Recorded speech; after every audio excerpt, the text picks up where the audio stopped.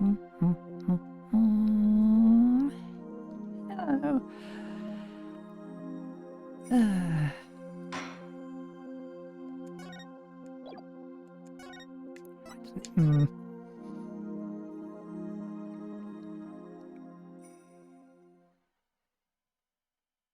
Okay. Trial time.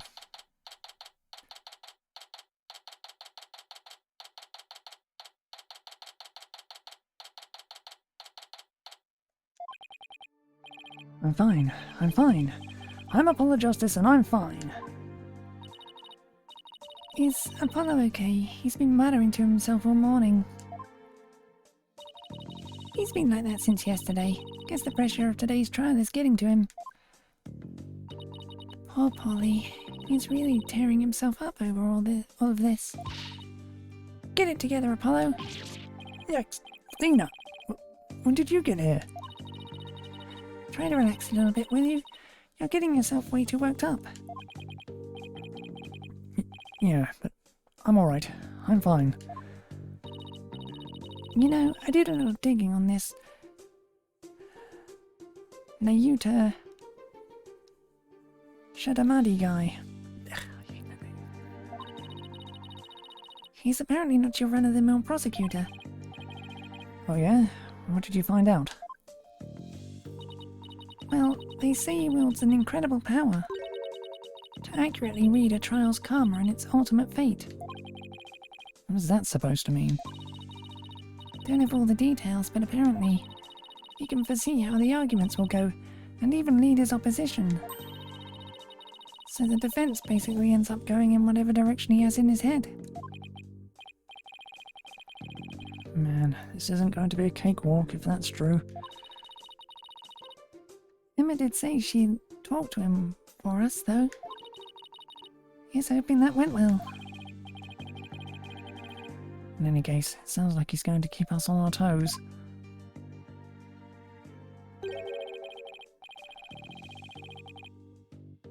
That's why I know you're ready. Why I know I can leave Trucy in the office to you. I believe in you, Apollo.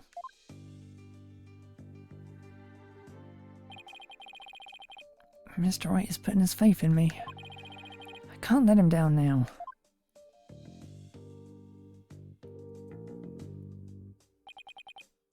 I'm fine.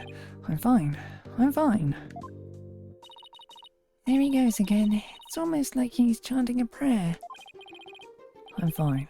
I'm fine. I'm Apollo Justice and I'm fine. You say so, Apollo. Trial will start momentarily. Is the defense ready? Yes, we're fine. Trucy's fate and the fate of the agency rest on this trial. This is it, Justice. If ever there was a time to shine, it's now.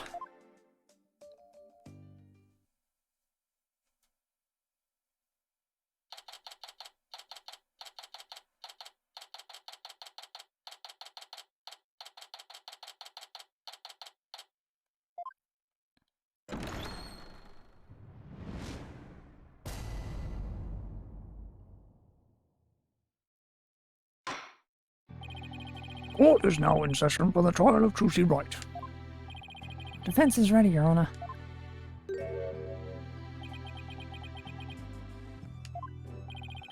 And the prosecution?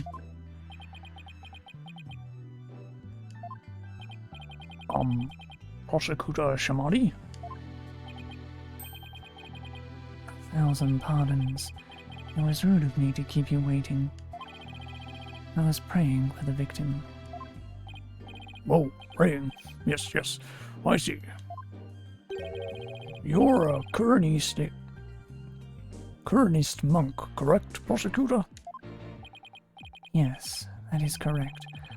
I am but a lowly monk from the kingdom of Kurain. I beg in advance for the forgiveness and kind patience of everyone here in this court. I am unfamiliar with the proceedings of this country and may make many blunders. Seems like such a gentle-mannered soul, doesn't he? Wonder if Emma had a chance to talk with him about Trucy. Now then, Prosecutor Shamadi, your opening statement if you would. Certainly. In the name of the Holy Mother, I vow to guide the victim's soul to a land of eternal peace known as the Twilight Realm. Now, let the last rites of the victim begin. Mayuta Shamadi, he's really been making a name for himself apparently, but that nickname, Last Rites Prosecutor, I wonder how that will come into play today. The incident took place in the middle of a spectacular magic show. The accused performed a magic trick in which he thrust a sword into a coffin. A coffin from which the body of the victim then spilled out, dead from a fatal stabbing. The victim's name was Madoff Mystery, otherwise known as the Great Mr. Roos. His blood was found on the sword that was used during the magic trick.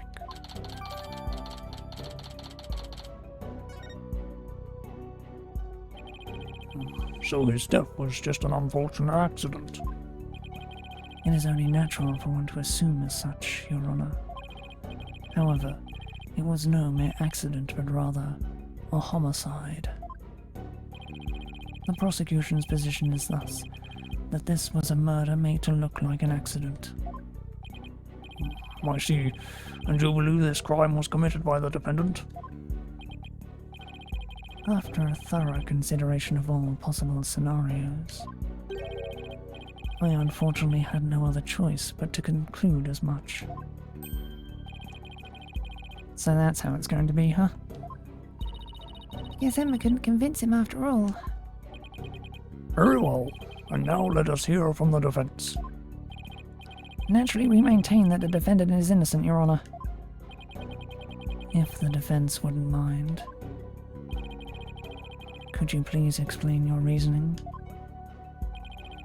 My reasoning? Well, I would have to say that my main reason is because I believe in the defendant. I see. So you find it difficult to come up with anything more concrete than that, do you? What a fine demonstration of the fact that you are indeed a lawyer of putrid mind. Putrid mind? Prosecutor Shamadi. Excuse me, but I don't...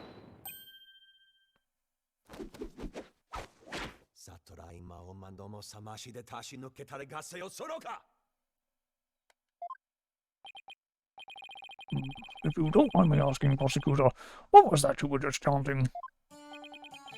The sutra of the Holy Mother that guides those of tainted souls toward enlightenment. It is a Kuranistic incantation to awaken the foolish from their fruitless slumber. Fitting for a lawyer who indulges in such fancy as the innocence of the accused. Well, I see. So basically you're asking the defense to get real. Allow me these few words, defense. It is my duty as a monk to punish sinners and to guide victims' souls to the Twilight Realm. Should you show repentance and admit to the accused's guilt now, no harm will come to you. But should you interfere with my sacred last rites for the victim,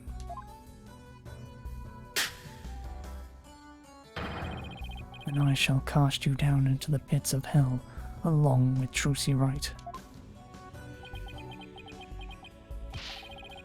Now wait just 1 minute here.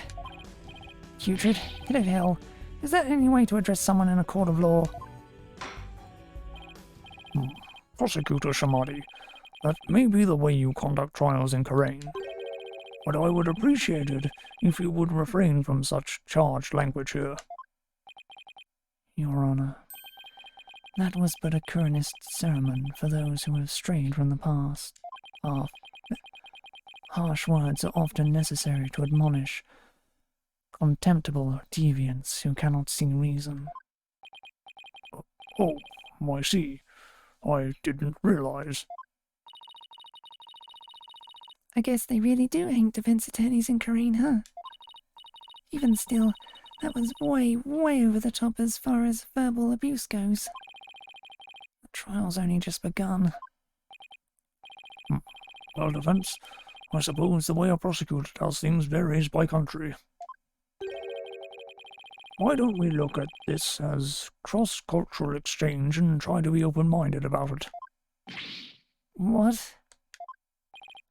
Bailiff, please bring in the first witness.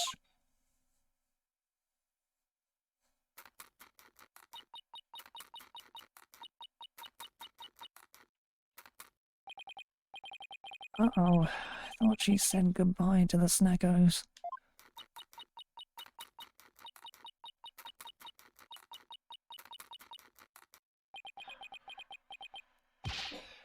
Detective Sky, the courtroom is no place for gorging yourself.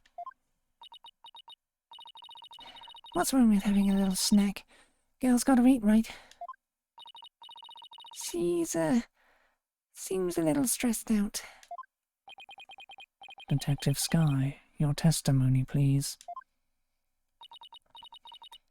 Yeah, about that. I just want to state for the record that I believe Tracy Wright is innocent. I'm sorry? Detective Sky, this path you seek to follow is misguided. Giving the wrongdoer false hope will only deepen her despair in the end. But let it go and move on. Acts which go against your duty will earn you divine punishment from the Holy Mother.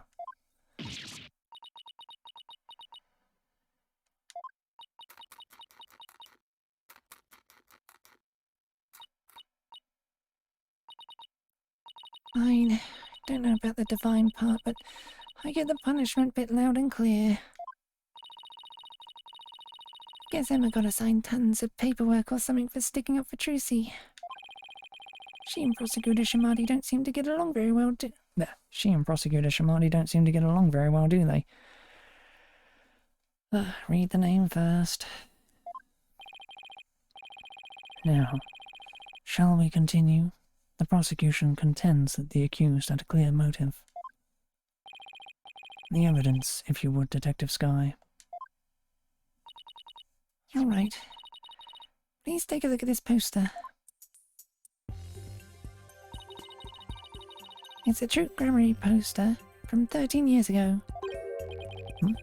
Is it just me, or is it a little different from the one in Miss Wright's dressing room? This is a revised version of that poster. This one says, cancelled under Mr. Roos. That's right. Mr. Roos left the troop after the first version of the poster was printed.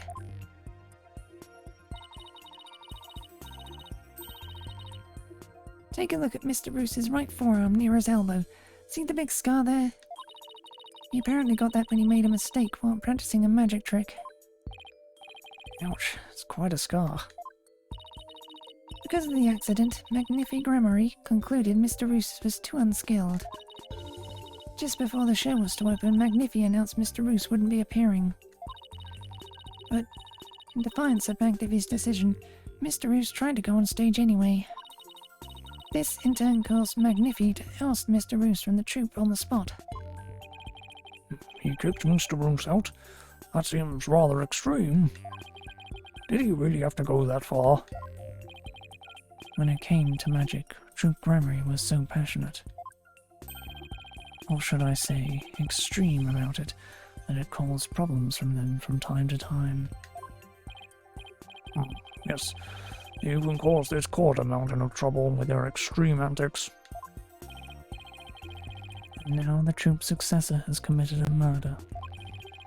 It seems the troop's rare talent was inherited by the right person after all. A putrid talent for criminality.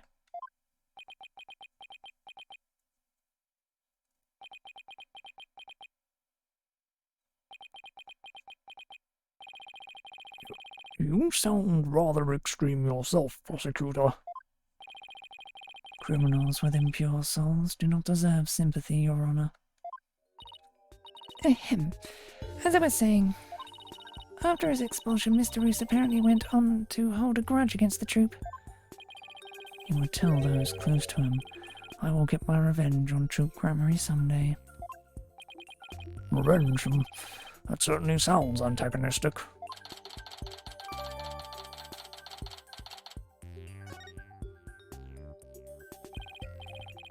And then his chance for revenge finally came.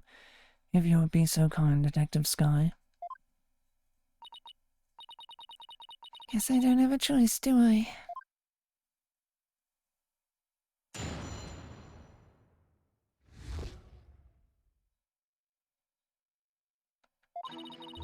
The victim planned to get his revenge on Troop Grammary during Trucy's magic show.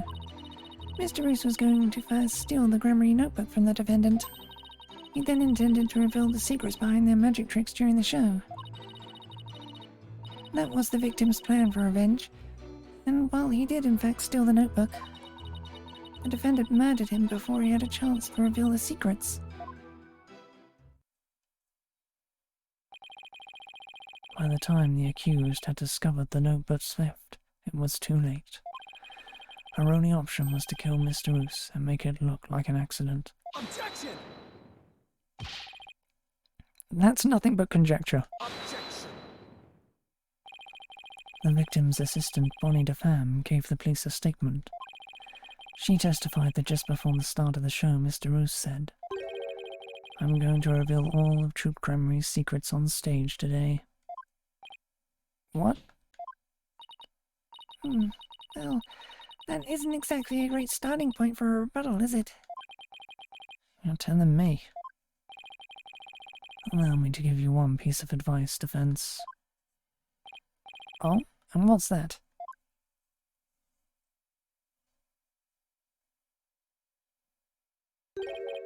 Let it go and move on. Excuse me? Helping a sinner will only sully your own soul. One possessed of an unclean soul will burn in the flames of hell, and then be ever burdened with that sin in their next life. But I don't believe in that sort of thing. Besides, I have no intention of giving up.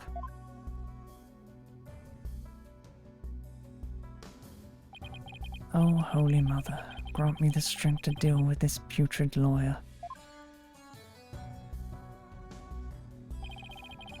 All actions have consequences, and yours will surely earn you the honor of being a mere stink bug at best in your next life. Stink bug? Now then, Mr. Mr. Justice. Your cross-examination, please.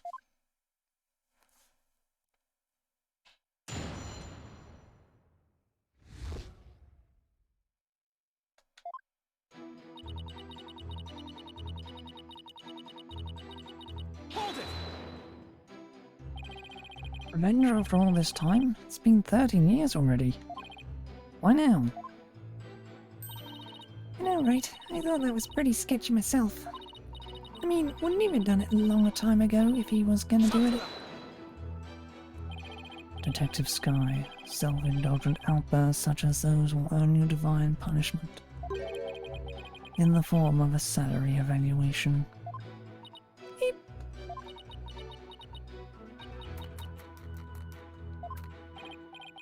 Wait, that's what divine punishment means?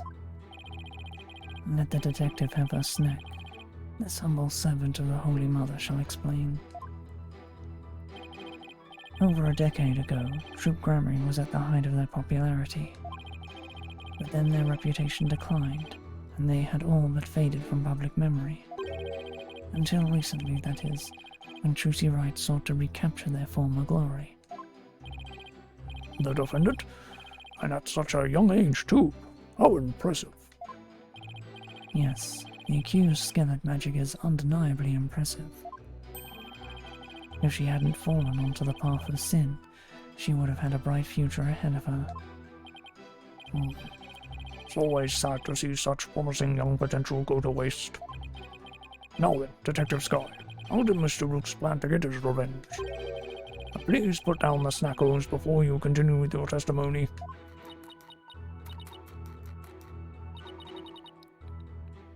Yes, Your Honor.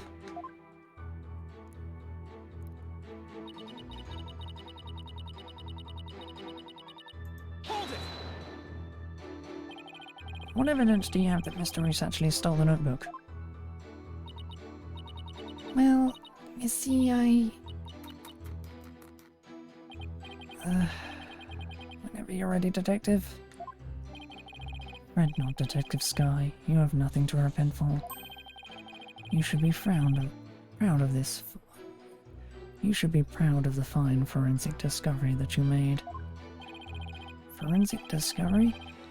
What did you discover specifically? Detective Sky identified a certain set of fingerprints on the notebook. Upon further inspection, she determined that they belonged to Mr. Roos. What? The detective found the fingerprints entirely of her own volition. For that, I must say well done, Detective Sky.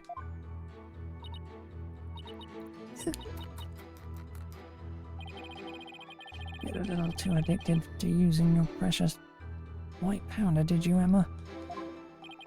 Now, Detective Sky, I would ask you to explain exactly how Mr. Roos intended to use the notebook to exact his revenge.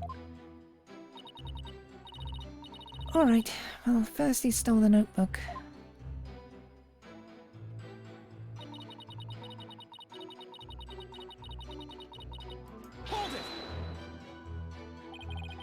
I'm going to reveal all of Troop Grammy's secrets on stage today. That's what Mr. Roos himself said, right? Right, but he didn't exactly specify which Grammary secrets he was talking about. The prosecution thinks he was referring to the secrets behind Troop Grammy's magic? Yes, that is the prosecution's assertion. When the accused realized that Mr. Roos was to reveal the family's most closely guarded secrets, she naturally panicked. So basically, Juicy's notebook was hiding in Mr. Roos's things because he had stolen it himself?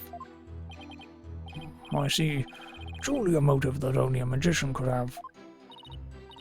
Yes, that's what the prosecution believes anyway.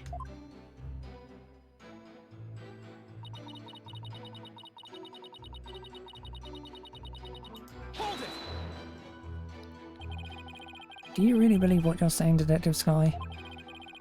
Do you really think Miss Wright killed Mr. Roos to stop him from getting his revenge? Of course I don't think that. The Tracy we know. Keep your private considerations separate from your public duty. I warned you about this very thing before the trial began, did I not, Detective? Yes, you did. Please recite my exact words to you. Emma Sky, you are a detective first and foremost, not the accused's friend. Remember your duty and fulfill it faithfully. Excellent. So you do remember what I said to you. Your devotion to your work will be rewarded, for the Holy Mother sees all. This Holy Mother is no scientific concept I've ever heard of. Those two really don't get along, do they? Well, science and religion go together about as well as oil and water. As I was saying...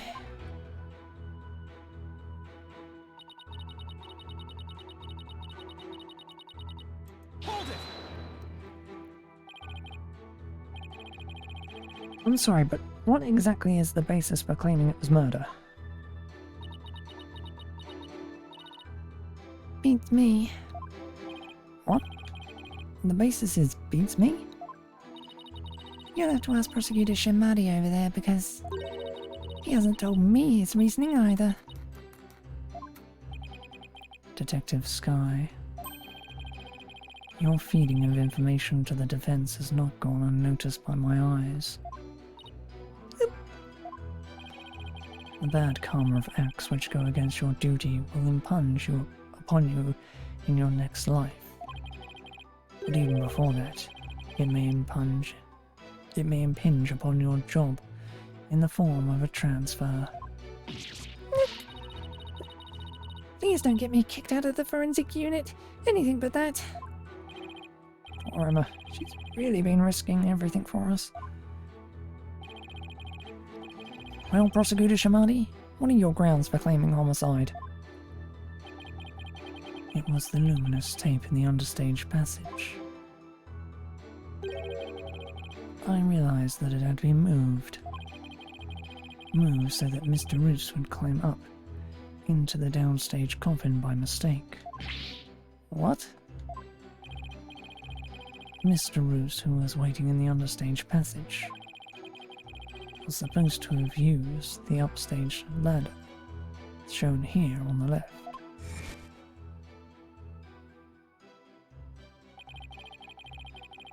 He was to climb up into the coffin that had been set up in the backstage area, after being turned into a stuffed dragon during Act 1. Mr. Roos was supposed to come back to life and emerge from that coffin, but the luminous tape had been moved to mark the downstage ladder. So the victim climbed up into the coffin on the stage itself by mistake. The very same coffin that the accused thrust her sword into.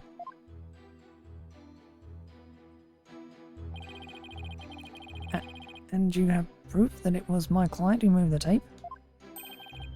But of course, Detective Sky. Oh, that's right. I identified the defendant's fingerprints on the luminous tape. You what? You actually have proof? Well, defense, are you finally ready to let it all go and move on? Absolutely not. Detective, please add the information about the prints on the tape to your testimony. The defendant's prints were on the tape. I guess she must have moved it during the show. What made you think to check the luminous tapes for print? Well, I bet it was Detective's intuition. I dusted not just the tape, but just about everywhere for fingerprints. Oh, I dusted pretty much every single surface in the theatre. I mean, it was so nice to be able to dust for prints without anybody getting mad at me. It's great that you're enthusiastic, Emma, but there is such a thing as too enthusiastic. The tape was moved to guide Mr. Roos into the coffin that was downstage. That's true, it does sound like a murder rather than an accident. certainly doesn't help that Trucy's prints are on the tape. Wish I knew what sound would even be appropriate to make in this situation.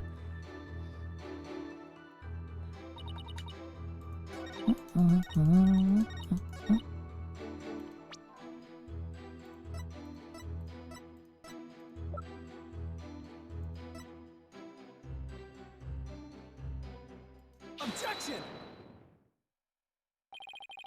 I'm sorry, Detective Sky, but there's a flaw in your testimony. Oh, really? Prosecution is claiming that Miss Wright moved the understage tape during the show, in order to guide the victim into the coffin downstage. But it doesn't make sense that she would leave prints on the tape at that time. It doesn't? Please consider the fingerprinting results of the main coffin, which show that not one of my client's fingerprints were found on or in it. That's true.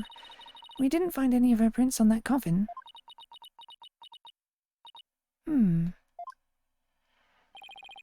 I think you realize what the flaw in your testimony is. Claiming Miss Wright left prints on the tape during the show is inconsistent with the facts. Because she was wearing gloves during the show. Oh! She must have left the prints sometime before the show started. In other words, her prints do not prove she moved the tape to mislead the victim. The prosecution's investigation was insufficient. Oh my. But on a personal level, I'm very happy about that. Well, Prosecutor Shamadi, if the defense's argument is true, Then you have no evidence the defendant moved the tape to deceive the victim. I see. Apparently the defense is more intelligent than I had thought. More than a stink bug at any rate. Come on, you can bump me up to at least a stag beetle now, can't you? Would that really be any better? Of course. Way better. Stag beetles are cool, with those huge mandibles of theirs. If the defense wishes to be promoted to a stag beetle, then answer me this question. Alright, shoot. Even with no evidence that the accused moved the tape to misguide the victim. The victim still climbed the ladder using the tape as a guide.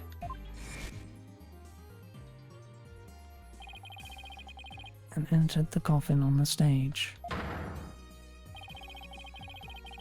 The accused then thrust her sword into said coffin with the victim in it. So what you're saying is, the fact remains that the victim was stabbed to death, right? Precisely. However, this does drastically change one aspect of this case. If the accused did not lead the victim into the coffin on purpose, then it means the victim's death could have been accidental. If it was indeed an accident, the defense can argue that it was involuntary manslaughter. I see. If it was involuntary manslaughter, they could plead extenuating circumstances, and the severity of the crime could be mitigated. Defense, if you believe the accused did not murder the victim, then do you agree that it was an accident? This is it. The all-important question.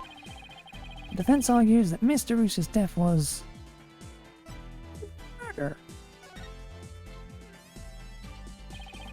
The defense maintains that the defendant is entirely innocent. We believe that it wasn't an accident but murder. And what's more, we believe it was committed by a third party. A third party? As in, the true culprit is someone else?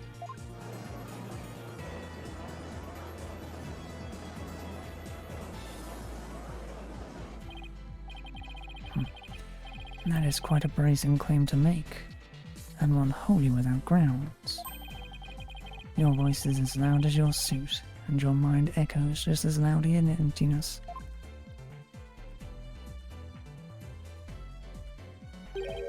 Surely you were but a loud red pepper in your previous life. I've been demoted to a vegetable? Well, I didn't know a person could be reincarnated as a non-sentient plant.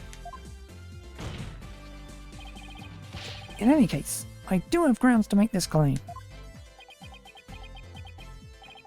Let us hear this reasoning of yours then. Alright, but before I give it, there is one question that we need to address. If the victim was killed by some third party, then the sword the defendant thrust into the coffin wasn't the cause of death. If that's the case, then how did we wind up with a dead body inside the coffin? A very good question. Now let's hear your opinion, Mr. Justice. How did the victim's body wind up inside the coffin? He was killed under stage. What if the victim was killed under the stage before being put into the coffin? In other words, what if the victim was already dead in the coffin from the get-go? Oh, I see. In that case, the defendant's sword wouldn't have been the cause of death. How do you respond, Prosecutor Shamadi?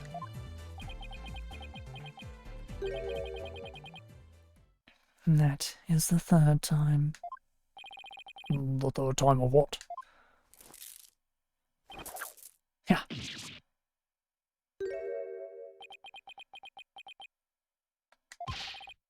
What the heck is this?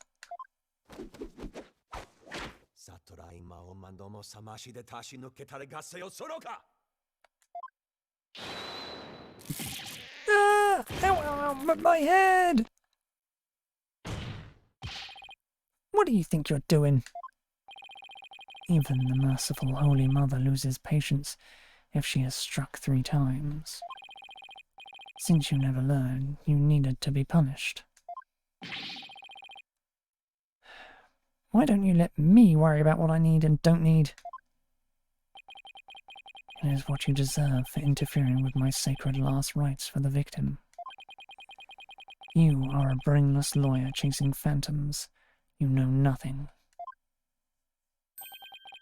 Let this humble servant of the Holy Mother give you an edifying sermon. Sermon? Now? There is a passage in the sacred scriptures of Curianism.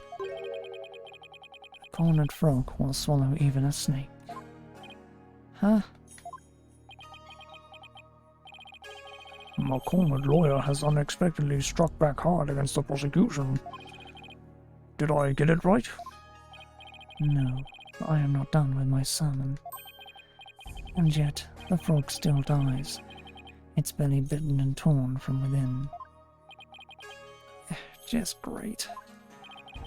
And in this case, you are that frog defense. What exactly is your point anyway? Let us assume for a moment that the victim was killed under the stage. Who, then, had the opportunity to do so during the show? Well, let's see. The people in the show were Bonnie DeFam, the victim Miss Arus, and Trucy Wright. Bonnie DeFam was on stage for the entire show, as easily confirmed by the footage from the show, which leaves us with only one suspect, Trucy Wright. Now do you see?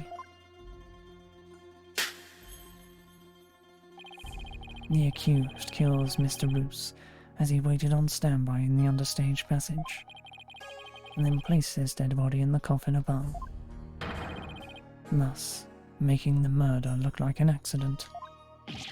No!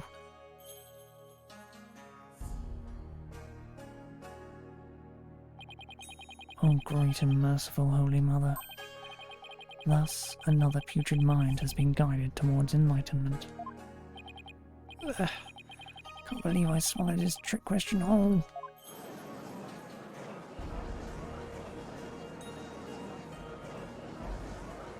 Objection!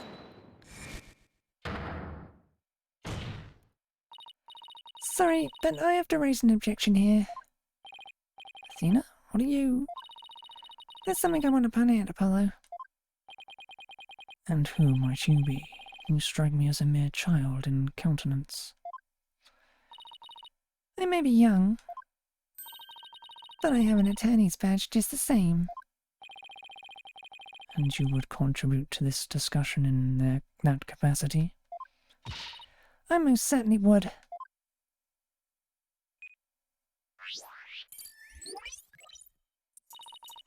You just argued that the defendant killed the victim under the stage.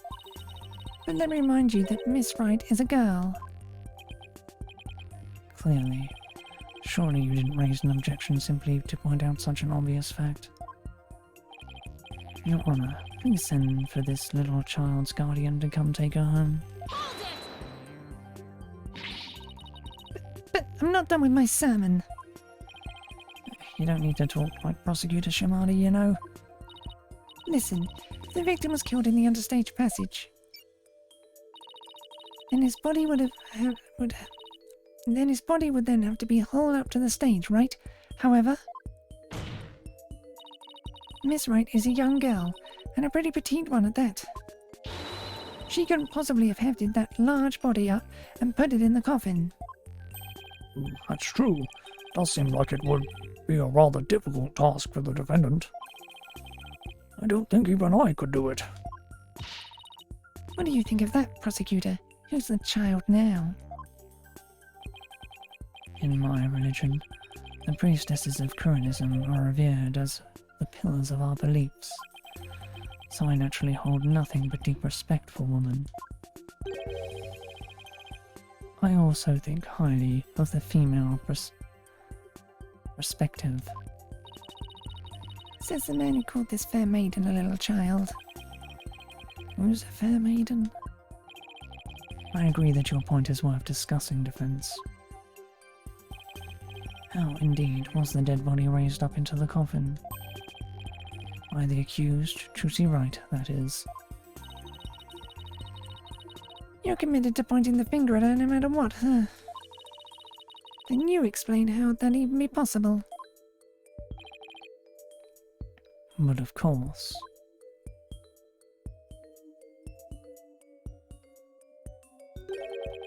There was a way for even a small creature like her to raise the victim's body up.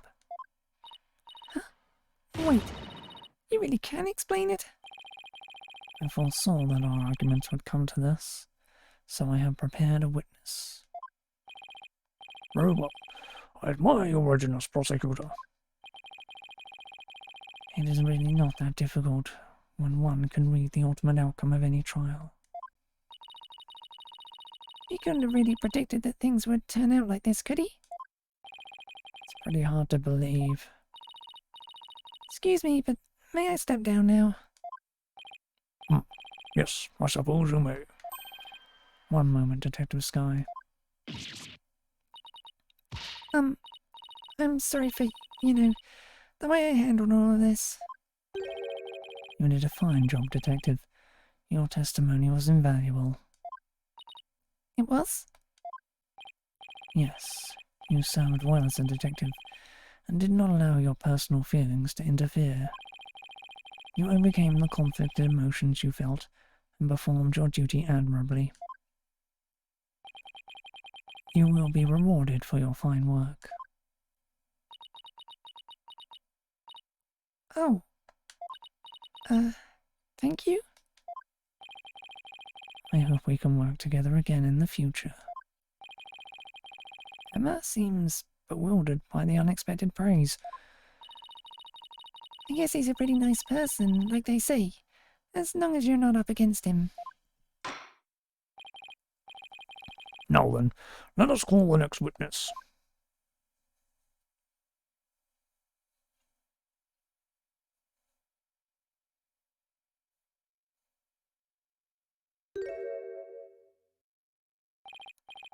Witness, please state your name and occupation.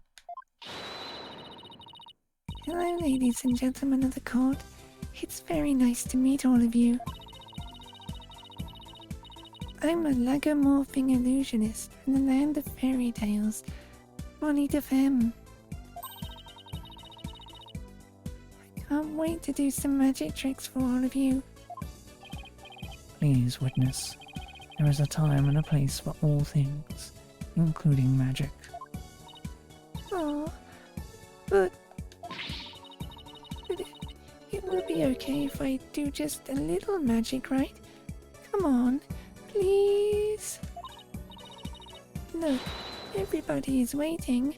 Now's my chance to shine.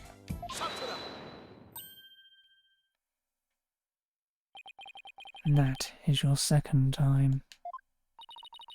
My second time doing what? There will be no further warnings. You should know that from our preparatory meeting, correct? Yep. Is no one exempt from His Holiness's rosary of suffering? May we have your testimony, witness, once you've recovered from your disappointment? Well, as a huge fan of Trucy's, I don't really want to testify against her. But I guess I have to, don't I? As a huge fan of Trucy's, huh? I hate her. I loathe her. I can't stand that Trucy Wright. Just because she's a little good at magic, she thinks she's all that. So this is exactly what that snivelling brat deserves. Sure, you're a real fan, all right. Destroying Trucy, you mean?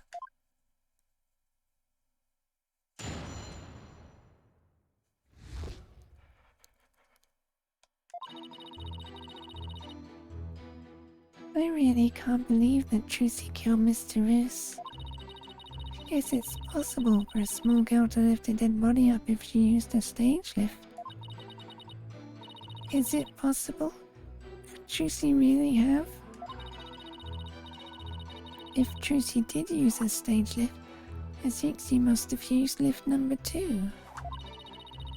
I was on stage for the entire show, by the way. You were on stage the whole time? And you're sure about that? There is no question. The entire audience could testify to that fact. What's more, she is shown clearly in the TV show footage as well. I couldn't possibly have killed Mr. Roos. Not little old me. Therefore, the only person who could have killed the victim on the stage is the accused. Furthermore, by using a stage lift, even a petite young lady could have raised the body up to the stage without difficulty. You've got to be kidding me. Very well. The defense may now cross-examine the witness.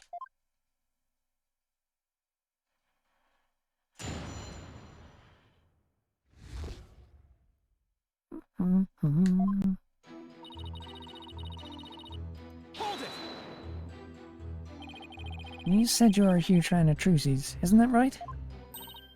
Oh yes. I even became a magician because I wanted to be just like her. The first time I saw her, she was performing at the Wonder Bar. She was only in junior high back then, but she got up on stage with tons of confidence. And then she proceeded to win my heart with her astonishing tricks and winning smile. She certainly sounds like she means all of that. So, finally being able to perform with her must have been quite a treat for you, right? Oh yes. After all, it was my chance to have her see me. Not just as a fan, but as a fellow magician.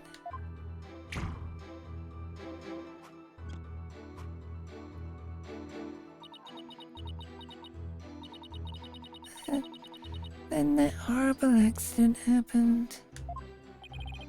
It was not an accident. It was murder. Witness, please explain if you would. How a small young woman such as Trucy Wright could have raised the body.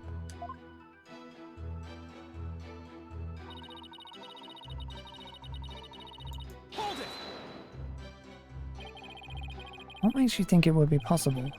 It's not like you tried it out yourself, right? Well, Actually, we did try it out for ourselves. you did? Detective Sky, if you would. Oh. So that's why you made me do that. Detective Sky, what did he have you do? The prosecutor asked me to try raising one of the male police officers using the stage lift. Without a single word of explanation as to why he was making me do it. You're kidding. It's as if he really can foresee all of our counter-arguments. Do not underestimate this humble servant of the Holy Mother. More like haughty. I guess that means Trucy could have lifted the dead body up. Does that mean...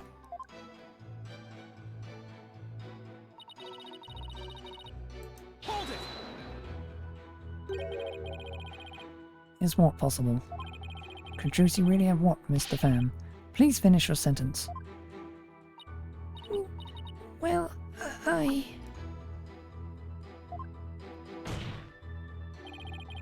Don't try to beat around the bush. Come right out and say it. Why not tell this court what you really believe? What I really believe... Of course I don't believe Trucy could ever commit murder. Such an amazing and wonderful magician would never do such a thing. But taking all the facts into account, what else can I think? There are at least 3 other unflattering things you really think about Trucy. How can you attack this girl when she is obviously speaking with reserve? There is such a thing as reading between the lines, Mr. Justice. It's sad how the youth of today lack the ability to do such a basic thing.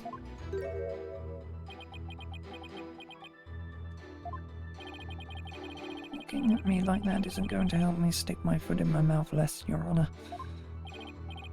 Witness, please describe what the accused might have used to lift the dead body. All right.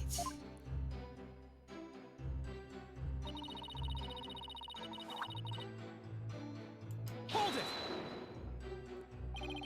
Stage lift 2? You mean the stage lift shown here on the left?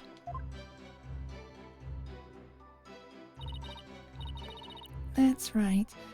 With a stage lift, I think even a small girl could easily lift a dead body up to the stage. So that makes her the murderer in your opinion? Of course not. I believe in Trucy. Like I said, I'm a huge fan of hers. Brother, how long is she going to keep this act up? Defense? What position was stage lift 2 in after the show? Let's see. If I recall, it was in the fully raised position. And the reason why it was fully raised is because the accused used it to lift the victim's body. Wouldn't you agree?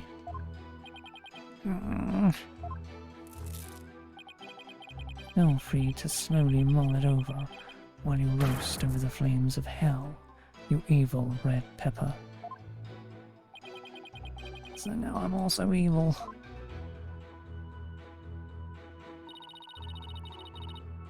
Hold it!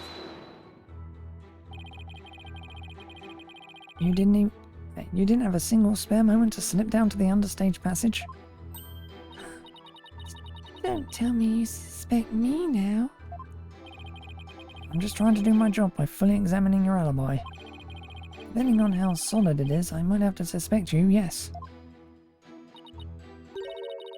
You gotta be kidding me. Don't spit on my head and tell me it's raining, lawyer boy. I'm right here in the footage, or are you too much of an idiot to see? Huh? Mr. Fan, are you feeling alright? You seem suddenly different. Oh, oops. Where did that come from, Wright? Oh my, I seem to have snapped there for a second, didn't I? Didn't just snap, you broke character just now. In any case, I was on stage the whole time performing magic. I mean, you saw me in the footage, right? My dazzling and flawless performance. Flawless? That's odd considering what you told me. You said that you'd made a mistake when you were positioning... You said that you'd made a mistake when you positioned Mr. Hat. Mr. Fan, to what is the defense referring? Well, I made a little mistake on stage. I was in charge of operating Mr. Hat, you see. According to the script, I was supposed to place him to the left of the coffin. But I flubbed it up and made him stand to the right of the coffin instead.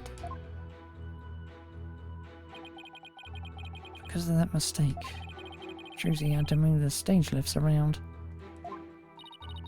I feel really bad about messing Trucy up like that with my goof.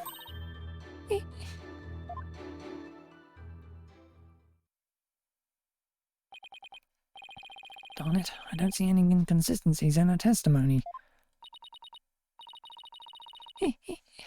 Now, do you know who the real killer is?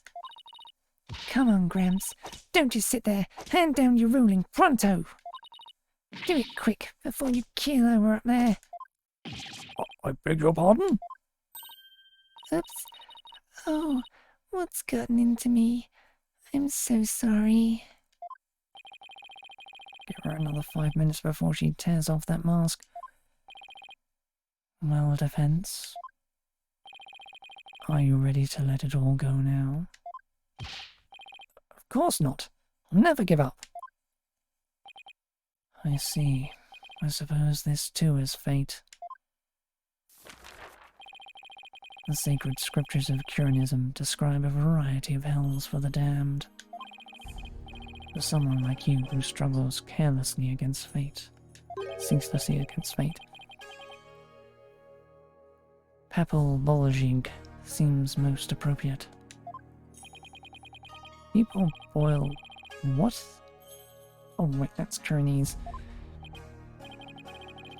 What sort of terrible place is apple boiling? Boiling? Place where the more one struggles, the further one falls into the abyss. At the bottom of the abyss, a ferocious beast awaits. Think of it as something akin to an antlion sandpit trap. Oh, it's one of those in my backyard.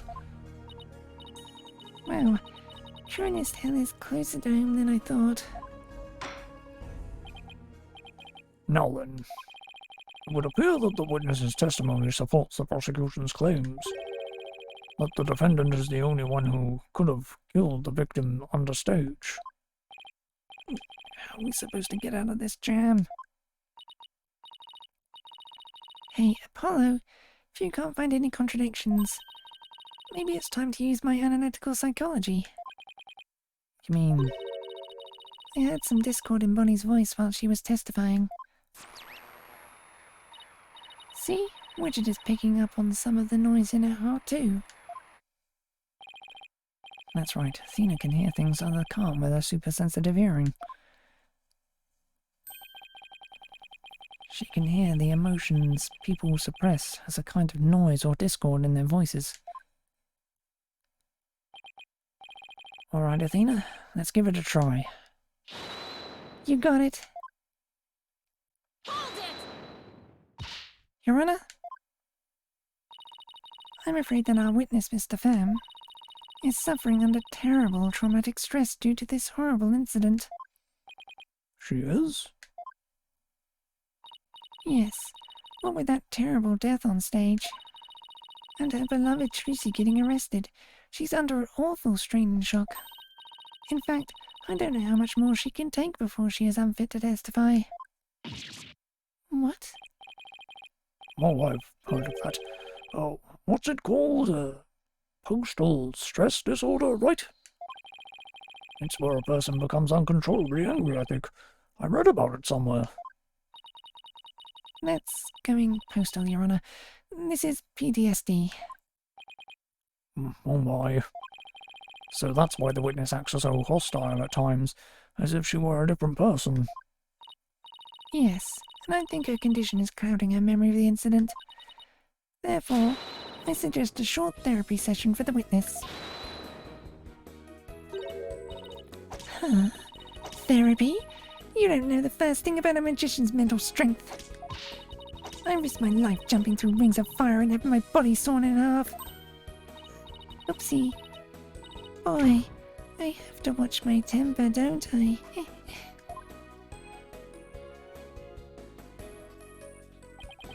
Miss Sykes, please do whatever you can to help this unfortunate young lady.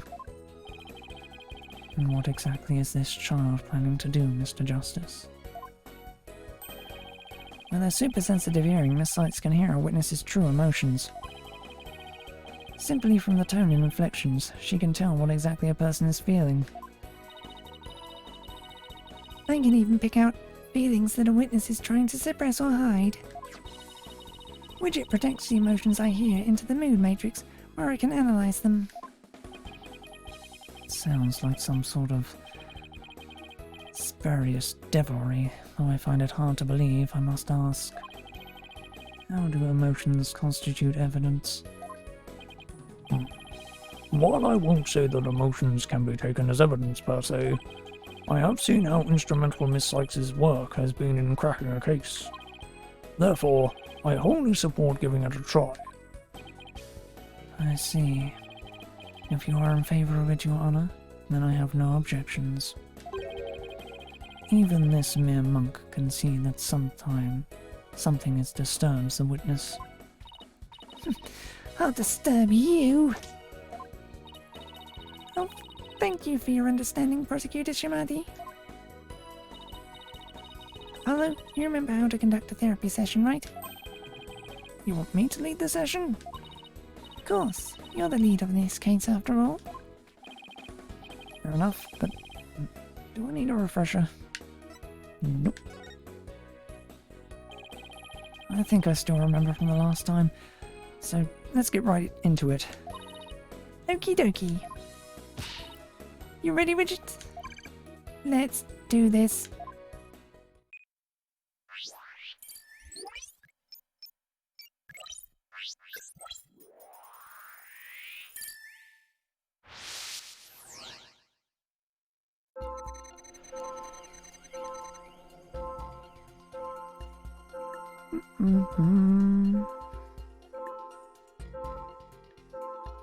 Guess Drucy is the one who killed Mr. Roots. Even she could move the body with that lift. I was on stage at the time. But that terrible mistake. My stupid flub caused Drucy so much trouble. I feel so bad about it. Got it!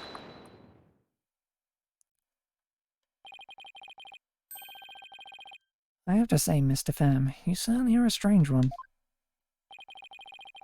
Even though you said I feel so bad about it, it seems you were feeling happy about it.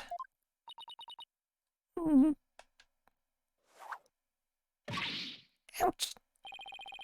I think I can guess why you were feeling happy. It must be because you messed Drucy up. I think you are happy because you messed the defendant up. I'm right, aren't I? You gotta be kidding me. Why would I be happy I messed Drucy up? I'm a big fan of hers. Because we saw you. I hate her. I loathe her. I can't stand that Drucy Wright. Just because she's a little good at magic, she thinks she's all that. So this is exactly what that snivelling brat deserves. I saw how you said you hated Drucy Wright. How you were glad she was in trouble, and even how it was what she deserved. Ouch! Looks like I hit the bunny on the head, so to speak.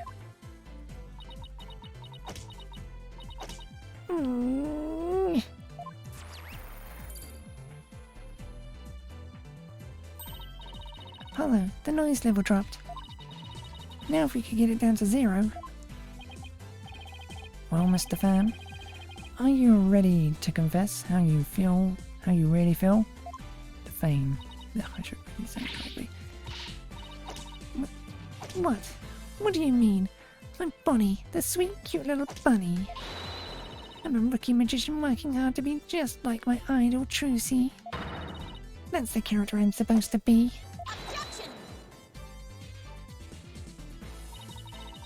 Keep that up, Mr. Pham, and you're going to have a mental breakdown. Just let yourself be who you really are. Who I really am. The two sides of you are fighting each other and doing you physical harm. I can hear them, two distinct voices battling inside you. Shut your pie hole, you know nothing, know-it-all. I mean, you mustn't say things like that, or I might get flustered. Mr. Pham, how long do you insist on maintaining this wolf in sheep's clothing act? We can't end this therapy session until you get real with us. Set the wild beast inside you free! Ouch!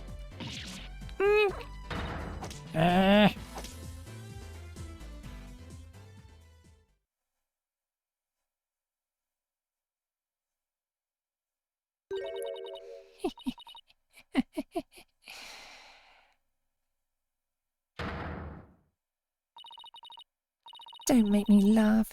You don't know a dang thing about me. You want to see who I really am? Fine. Take a good look.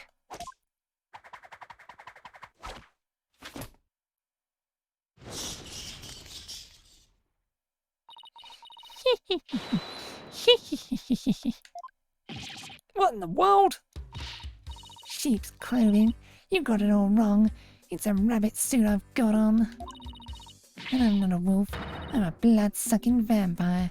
A bat with fangs and wings. Eek! I think we just opened Pandora's box. I'm finally done with that goody two-shoes cottontail act.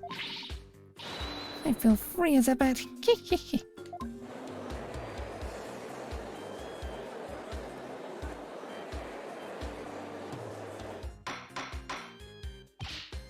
Defense? Your therapy session has taken a turn for the worse from the looks of it. There's a perfectly good explanation for this. Isn't there, Miss Sykes? Methinks I created a monster. We blew it. Hey you, lobster boy. Who, me? You think I'm glad Trucy is in trouble? Then I think she's getting her just desserts. Well, guess what? You're right.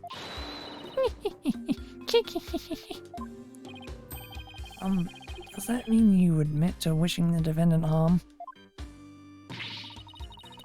Well, the bat is out of the bag now. That mistake of mine was a work of art. Thanks to my goof, poor little Trucy had to do all that hard physical labor. When you say hard physical labor, what are you referring to? Because of Mr. Hat's new position, Trucy had to move both of those huge stage lifts. They must have been so heavy. What a riot. That's strange. Tina, could you please add that last statement to Bonnie's testimony? Alright, I'll update the mood matrix with the new info.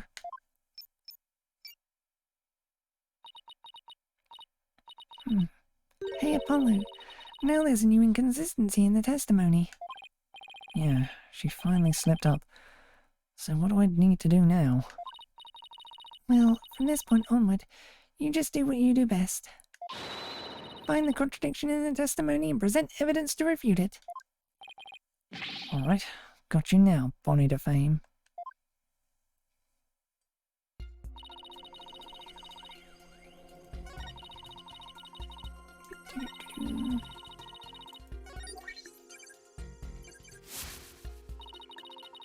You know what? Serves her right. Thanks to that, she ended up having to move the stage lifts. Yoink.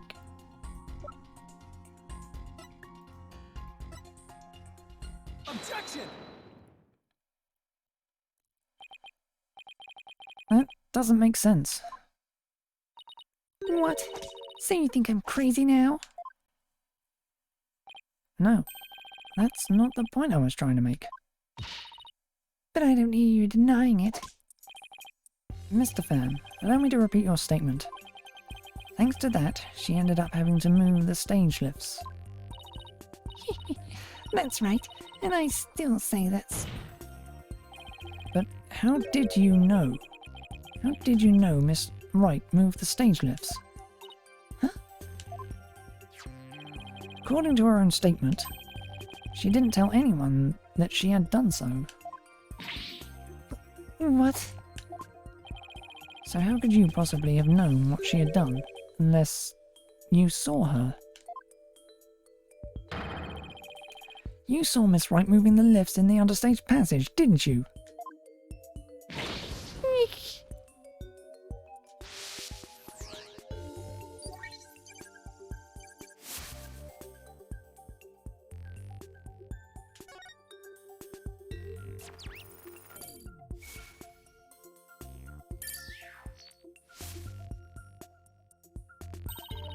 You did it, Apollo. Noise levels are at 0%. But, Mr. Justice, wouldn't that mean... Yes, Your Honor. Mr. Femme herself was under the stage where the victim was killed. And I hardly need to tell the court what that means. You are one artful liar, Mr. Fame, and one spectacular suspect. Yay!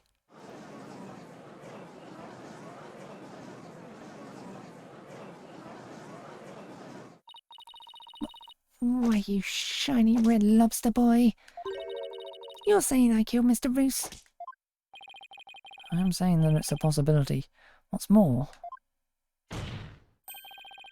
I say you had a solid motive to frame my client for the murder as well.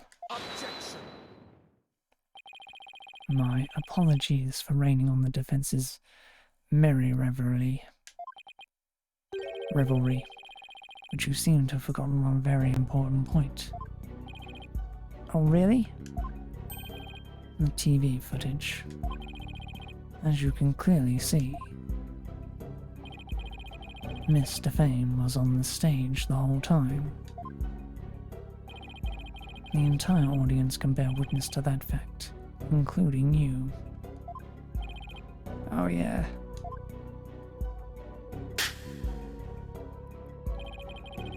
You've just taken a long and senseless journey, only to return to the starting line. The witness could not have been in the understage passage, which means the only one left who could have killed the victim is the accused. Guess the party's over. But Mr. Fame knew something she couldn't have known unless she was under the stage. How do you explain that, Prosecutor Shamadi? It's quite simple. The accused must have told Mr. Fame about it, but then forgot. Open those useless eyes of yours and take a good look at the footage. If Mr. Fame really was in the understage passage, it would mean she was on stage and understage at the same time. You mean she was in two places at once? That does seem to be the only explanation that makes any sense. It may be an explanation, but I'm not so sure about the makes sense part. We'll just have to make it make sense. Your Honor, the witness was both on stage and understage at the same time. That is the defense's assertion. I've heard some illogical things come out of you before, but this is absurd. I'm sure you'll change your tune once you hear my reasoning, Your Honor. My gut tells me you're bluffing, but all right. Very well, Mr. Justice. How do you explain how the witness was in two places at once? There were two bodies.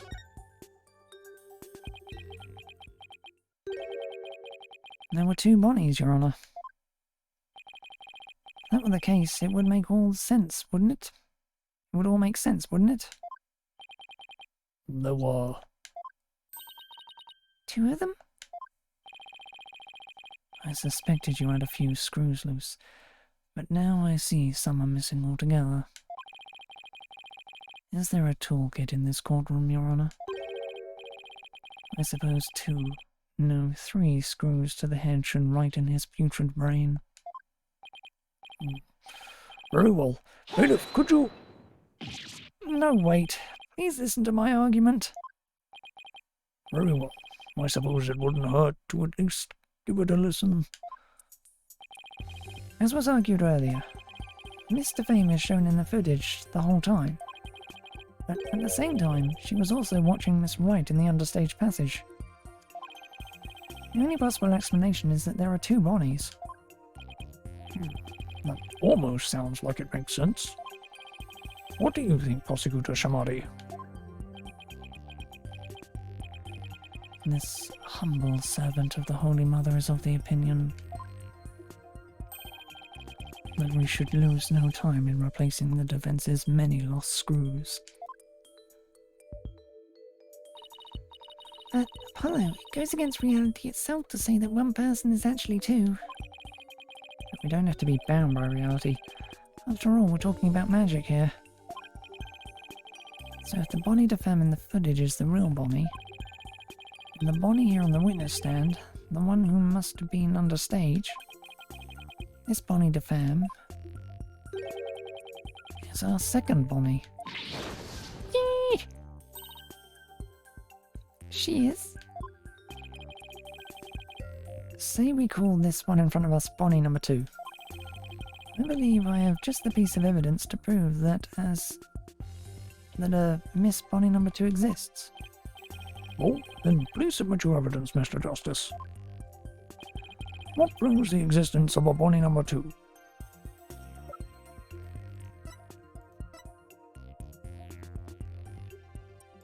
Take that! What's this? During our investigation, we found a set of unknown prints on the coffin on the stage. These prints were most likely left during the course of the show, but they didn't match the prints of any of the people involved in this case. An unknown third party's fingerprints. I was not told of this.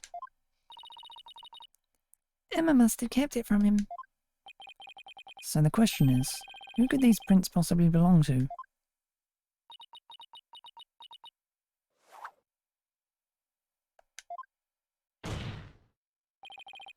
Mr. Fam, or should I say, Bonnie number 2. These are your fingerprints, aren't they? Yeah! Talk to them! Enough of this foolishness. One person could not possibly be 2. Those fingerprints could have been left, not only during the show, but at any time. Objection! It's not like you to lose your cool like that, Prosecutor Shamadi. And I'm sure you know that. Exactly when the fingerprints were made is not the main issue. What do you mean by that, Mr. Justice? The issue is who these unknown prints belong to. It's certainly not Bonnie de Femmes. But what if they belong to the person standing right in front of us?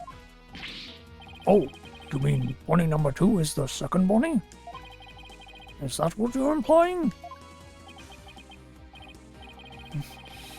It's preposterous to suggest that those prints belong to the witness. I say they must belong to some other unknown individual. Prosecutor Shamadi, can you really look at her and still say that?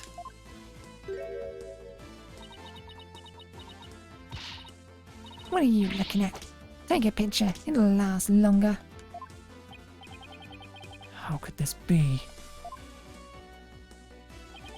If we check her prints, I'm sure they'll match the unknown set. Well, Bonnie, the prints that don't belong to the real you belong to you, don't they? Bonnie number 2. Yee! Witness, is what the defense has said true?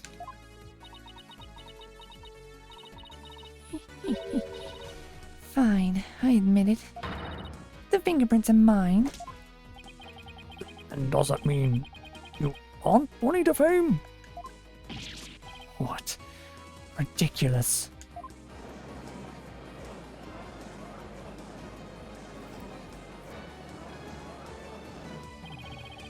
Are there really 2 Bonnies? Nope. There's only one Bonnie. That's because I'm Betty. Betty de Fame. What? Ladies and gentlemen of the court, it's time for a wondrous magic show. Gasp in amazement as this lagomorphing illusionist performs her teleportation magic. Watch closely. It's showtime.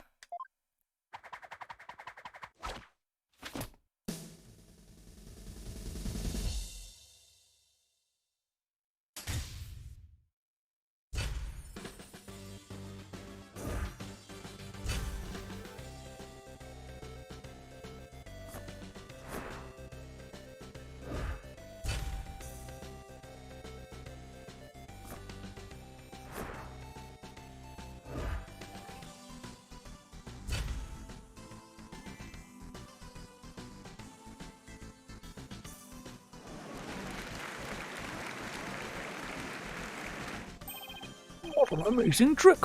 The witness has suddenly split into two people. It's not a trick. No gimmick to it either. We're simply twins. What? Twins? So that's how the teleportation trick works. Ever since our debut, I've had to hide or pretend I'm Bonnie. All cute and sweet and goody-goody. I can't tell you how stressful it's been. But I don't have to hide anymore. That's right. Our days of sneaking around are finally over. The cover is blown. They actually seem pretty happy about it. So, which one of you is the nice Bonnie to fame we met in the dressing room? That would be me. And the sharp-tongued Bonnie we saw in the ratings Roger's understate. We saw with the ratings Roger understage was... Hey, who are you calling sharp-tongued?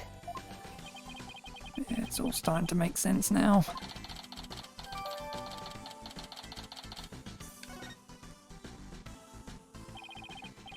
So, Mr. Justice, this changes the facts of the case rather dramatically, doesn't it? Certainly does. During the show it was Bonnie who was on stage the whole time. So Bonnie couldn't have committed the crime. But Betty, on the other hand, who was understage, did have the opportunity.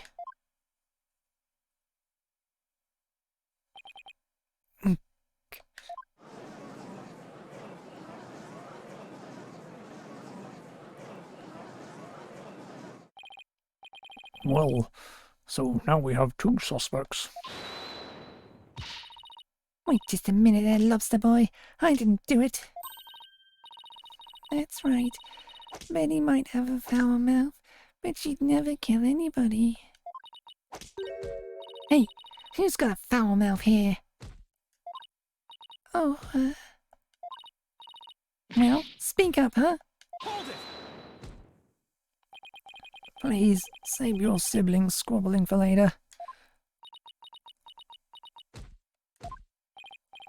Betty, you must have been in the understage passage during the show. Otherwise you wouldn't have known about their stage list being moved. So what exactly were you doing down there? Fine, I'll testify. Anything to get you off my back. Prosecutor Sir Marty, Benny DeFame is ready to testify. What do you say? Betty, you lied to this humble servant of the Holy Mother. Hey, what else can I do? I couldn't blow our cover and ruin our magic act. Besides, am I gonna go to your twilight hell or whatever for being a liar? You will indeed. However, it won't be after your death, rather. I shall give you a taste of your punishment on this mortal coil in interrogation hell.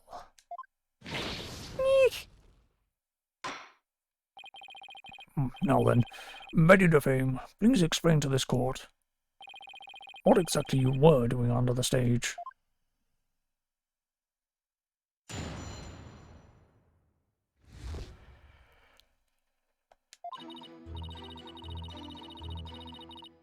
It's true, I had business in the understage passage because of the upcoming trick. It was the fire trick, right? The one Mr. Roos was supposed to do.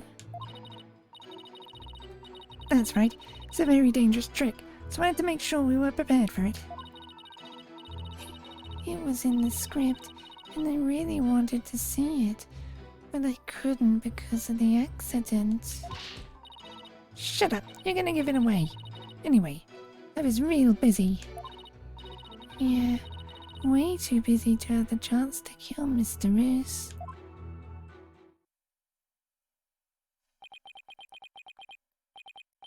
Well, that was certainly different. Now that... How's that for a flawless testimony and alibi?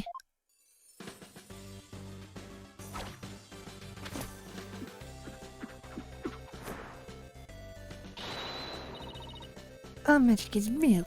It's not a trick or a gimmick. Oh my, she's floating! Your Honor. You can see she's being held up from below. You were supposed to pretend you didn't see that. It's a little something called etiquette. Etiquette? Blech. But can't help it. Whenever I see a contradiction or inconsistency, I just have to point it out. Now then, the defense may begin its cross-examination.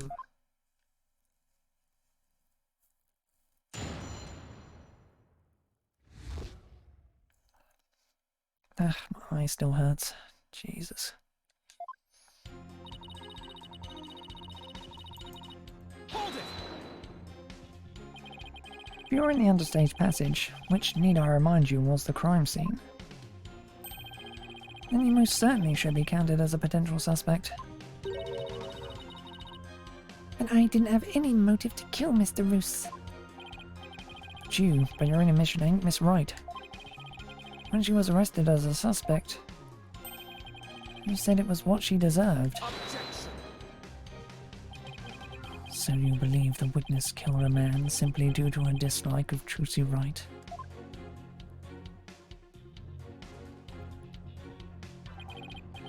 As a motive, is that not improbable at best?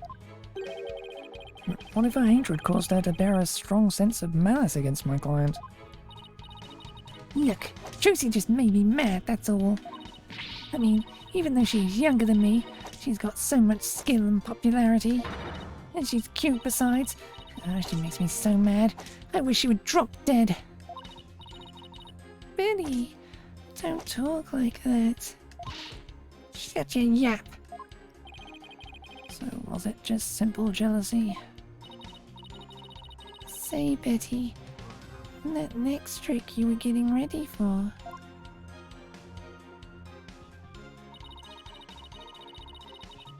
Hold it! Bonnie, we're trying to get Betty's testimony right now, so... Oh, right. I'm sorry. You can step down if you like. I'm worried about Betty though. She can lose her temper and say awful things sometimes. Hey, what are you, my mother? Don't forget, I'm the older sister. You've got that? Yes, I got it. I guess I'd worry about Miss Betty constantly blowing her top if I were Bonnie too. So Betty, you were down on the stage getting ready for the fire trick, weren't you?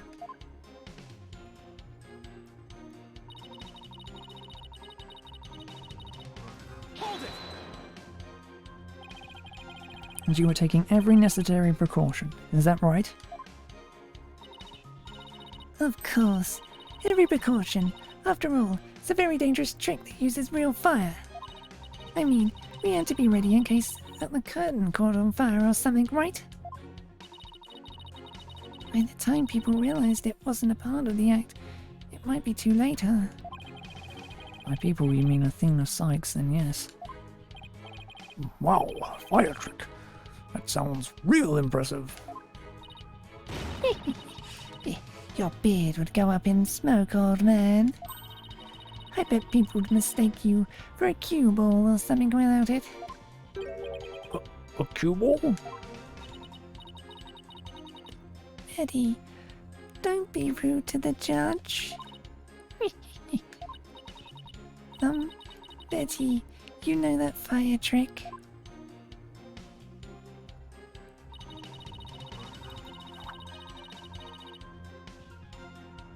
Hold it! See, the fire trick was part of the script. Seems Mr. Roos was scheduled to perform it later in the show. Did you not get to see him practice it beforehand? No. During rehearsals, he said he didn't feel well, so he couldn't breathe any fire for me. Oh, wait, let me get this straight. He couldn't breathe fire because he wasn't feeling well? My magical powers appear to be on the wane today. That's what he said. So, was just a part of his usual The Great Mr. Roos shtick? It's really too bad I didn't get to see the trick because of the incident.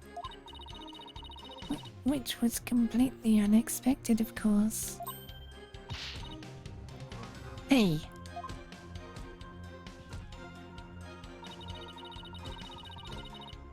Hold it! So what exactly do you mean by you're gonna give it away? See, Bunny? You and your big mouth! Lost the boy wants to know what we're talking about. I'm sorry.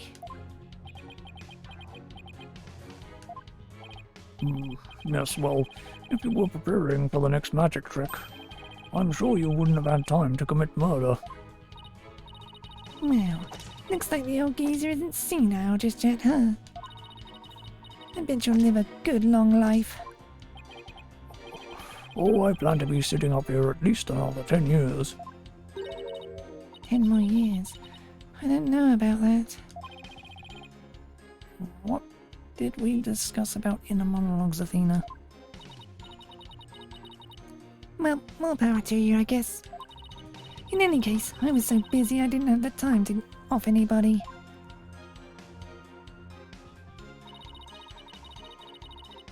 Hold it! Are you just trying to cover for Betty? No, of course not. I believe in my sister. I know she'd never murder anyone. But you think my client would? No, I believe in Trucy too. I know she'd never murder anyone either. Well, we just ran out of suspects in that case. Yes, but... See, you should have just kept your mouth shut, dummy. You're just making a fool of yourself. Just be nice and quiet like a good little bunny, got it? Alright. I guess I'm no help. Oh boy. It's impossible to get anything out of Bonnie with Betty right there. So Betty was too busy getting ready for the next trick to have time for murder, huh? There must be some way to prove that that wasn't the case.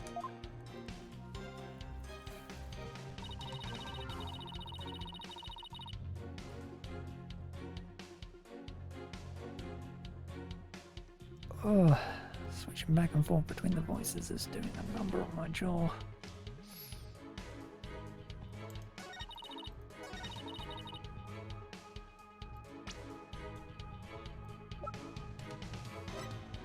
Objection! I hate to break this to you, Betty, but there's a big flaw in your testimony. As big as the one in that floating trick you did earlier. Oh, harsh words. Well, let me tell you something, forehead boy. No one has ever figured out how we do our teleportation trick. No one except me, you mean? Well, we have even better tricks up our sleeves. Huh? We do? I told you to keep it zipped!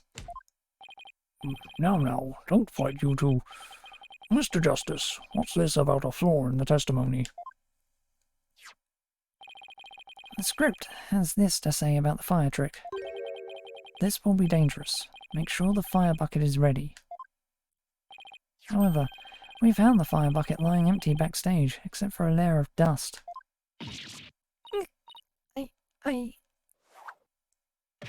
Ouch. You didn't even attempt to get ready for the next trick, did you, Betty? You got me!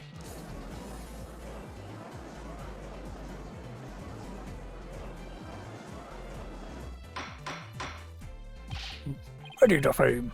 You will explain yourself. There's nothing to explain. Come on, Betty. We can't hide it any longer. We might as well tell them. Shut up! You can barely take care of yourself. Don't try and tell me what to do. Well, if neither of you will explain, I guess I'll have to. The reason Betty didn't prepare for the fire trick is because she knew the show wouldn't go on. You didn't prepare for the fire trick because you knew, didn't you? You knew that the body would be found and that the show would then be cancelled.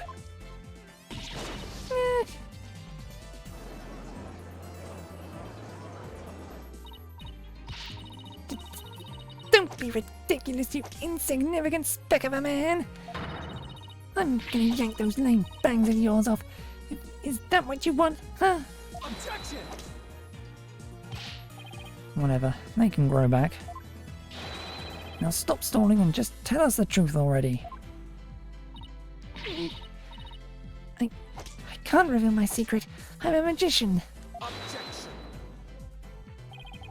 You have been chasing the shadow of an illusionary corporate defense. And having chanced upon a convenient target, you have let yourself get carried away. Exactly. Where's your proof, huh? And yet, I can see that the witness's taste for false words has also been proven. I advise you to confine your deceitful trickery to your magic act, witness. Deceitful trickery!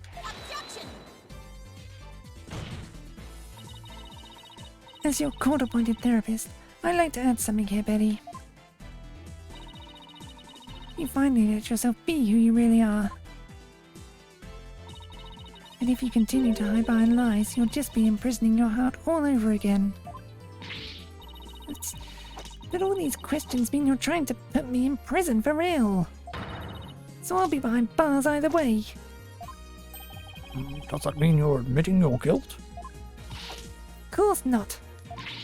Can't believe you people. Every one of you thinks I did something I didn't do. You... Lobster Boy, Cue-Ball Geezer, Headcase Brett, Cerberus Monk.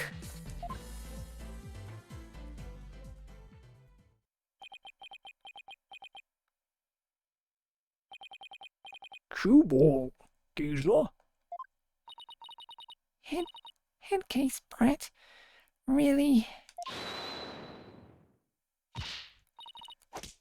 Betty, calm down. Come on now. Deep breaths. Deep breaths.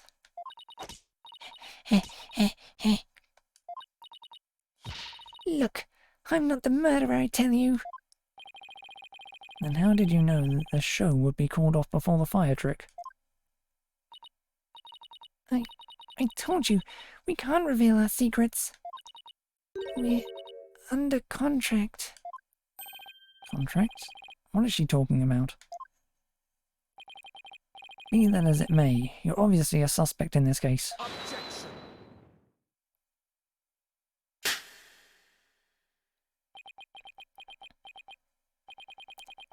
I'm beginning to see the karmic threads that make up the intricate tapestry that is this case. Huh? Allow me to summarize your assertion defense. First, the victim was killed in the understage passage. And second, that the witness and the accused are the only two who could have done it. Exactly. What's more, Betty knew that the body would be found, and that the magic show would then be called off. Therefore, it's reasonable to conclude that Betty killed the victim on the stage. But what if Betty knew that the show would be called off for some other reason? Like what? In the course of my investigation, I found it strange that the dragon set piece fell when it did. That, in conjunction with the body tumbling from the coffin in such a dramatic fashion, all seemed too perfect for mere happenstance.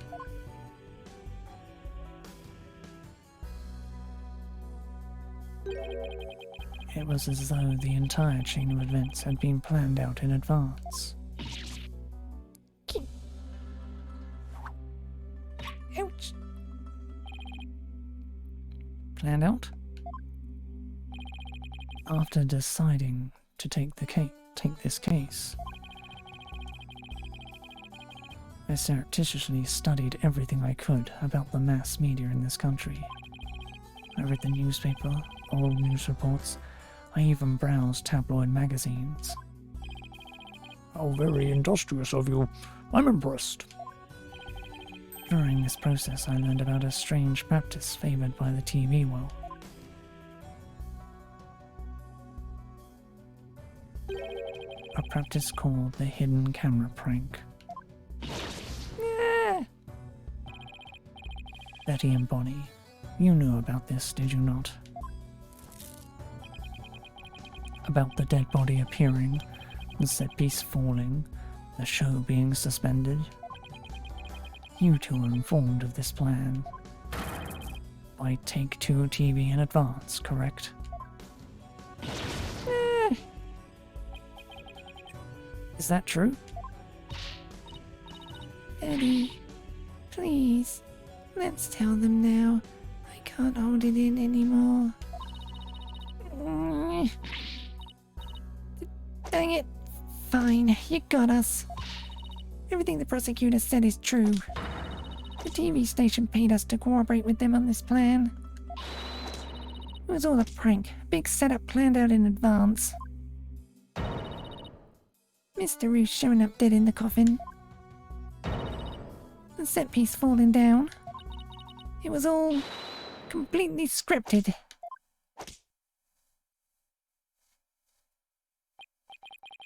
It was all a prank?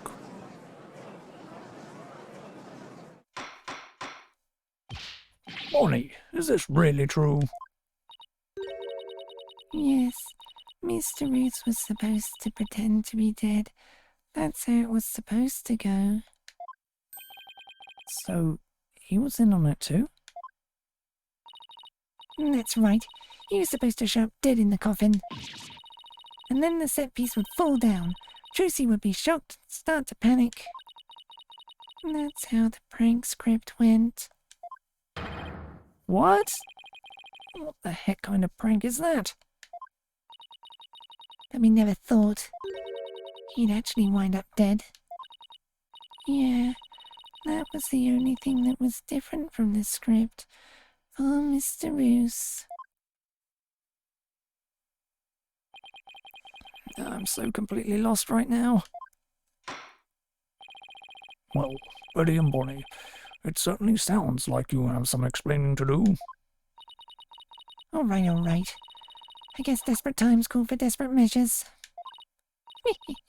Just this once we'll share how it was done with you. So listen carefully. You'll never hear this kind of thing anywhere else.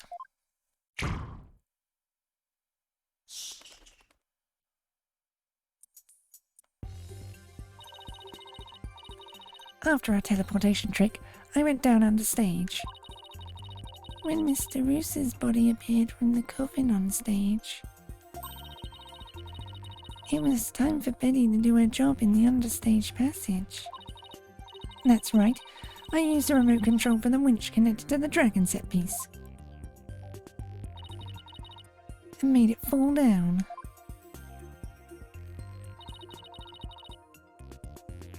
And just before the dragon fell, I called Trucy to the backstage so she wouldn't get hurt. After that, the plan was for Mr. Roos to come back to life in front of a pranked Trucy. He's supposed to laugh and fly up and away. That's how it was scripted anyway. For some reason, he really did turn up dead, so he kinda just stayed on the ground. What kind of sick joke is that? Sounds like a terribly mean-spirited prank to me. The poor defendant was trying to do a magic show. I guess so. I'm sorry, Trucy. Whatever. It was all the ratings Raj's idea anyway. Yeah, it sounds just like the kind of thing a guy like him would come up with. This is the prank script. This is the prank plan script we got from the ratings Raja.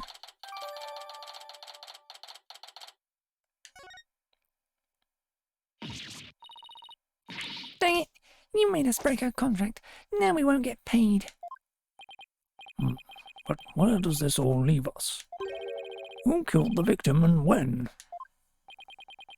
Yes, exactly. Those are the key questions. If Mr. Roos was only pretending to be dead in the coffin as a part of the prank,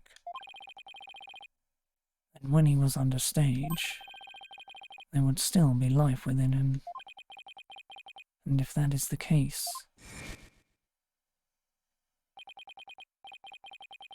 then Betty, who was also under stage, may be excluded from our list of suspects.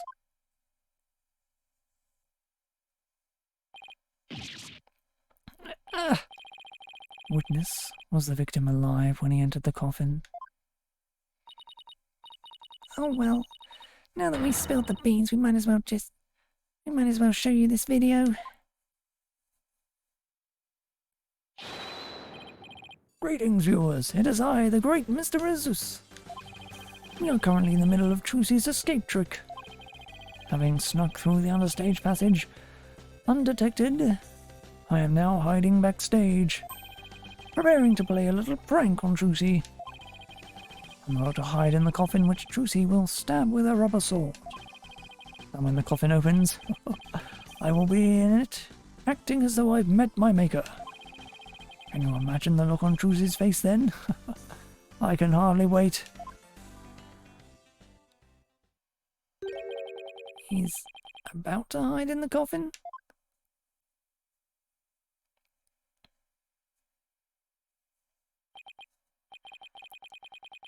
It would seem the threads of karmic destiny have led us to the truth.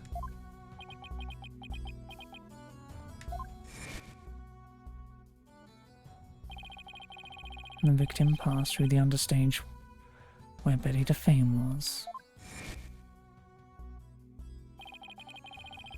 and came up into the backstage area. We know this because Mr. Roos appeared to be backstage when he shot the video we saw.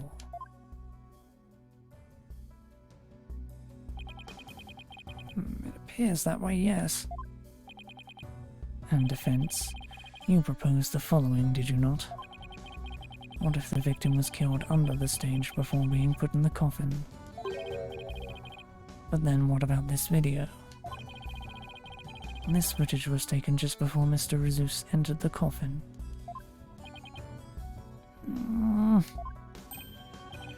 Oh, so does that mean... Yes, it is horrible but true. The tragedy did indeed play out right there on the scene, on the stage. When into the coffin where Mr. Roos was hiding, Trucy Wright thrust her blade.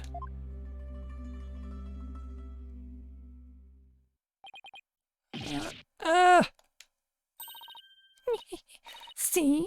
Told you so. So, are you saying the incident was a tragic accident that happened during a prank? It would be an accident if the accused had no knowledge of the prank beforehand. So let us ask the accused herself, Miss Wright. Did you have prior knowledge of the prank? What? I... Tell him, Trucy. You didn't know anything about it, right? Of course I didn't. I didn't know a single thing about it. Objection. Still thinking you can play innocent, do you? Still think you can play innocent, do you? In that case, you leave me little choice but to present this piece of evidence. Looks like some sort of note.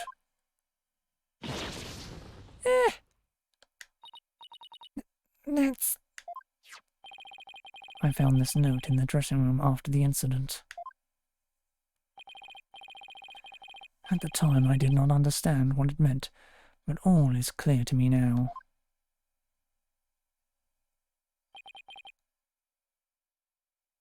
What's this?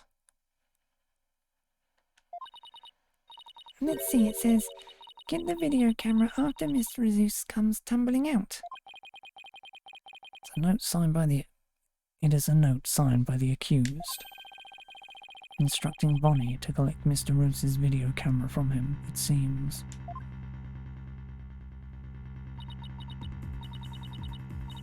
I don't get it. Doesn't make any sense. Found it in the dressing room before the show. When I saw it, I realized that Trucy knew about the prank. That's Para's signature, I'll give you that much.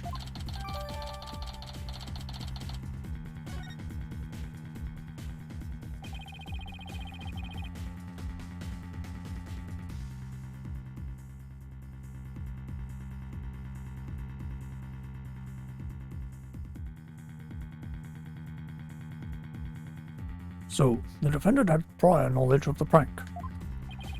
It would appear so, yes. When she learned about the plan to trick her, she decided to use it to her own advantage. So she thrust the steel sword into the coffin when the victim stood chuckling to himself.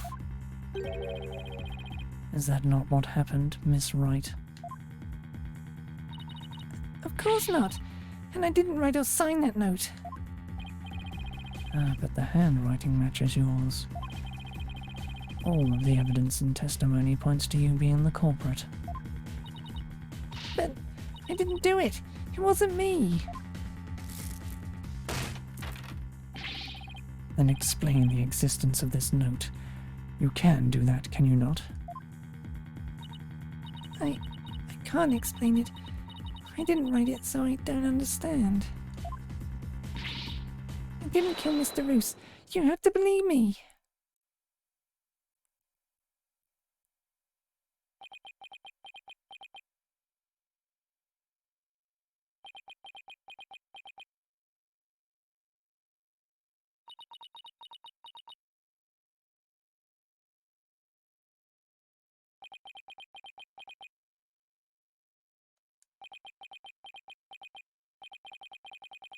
Silence is deafening.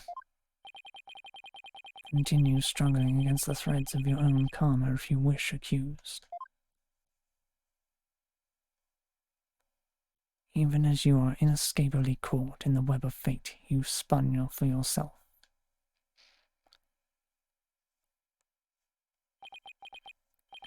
Miss Wright, it is time to resign yourself to your fate. No, I didn't do it. I knew it. Sweet looking girl, murderer? She took all of us in with that act of hers. Told you, I knew she was a homicidal little witch from the start. But I didn't do it. I really didn't. Why doesn't anybody believe me? Shut up, you killer. We don't fall for that anymore.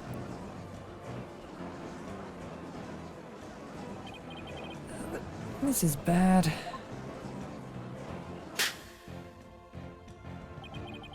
Your Honor, I suggest we put an end to this tragedy now. Give your official ruling and let us offer the victim's soul the last rites it deserves. Very well. I suppose I have no other choice. This court hereby finds the defendant Trucy Wright. Objection!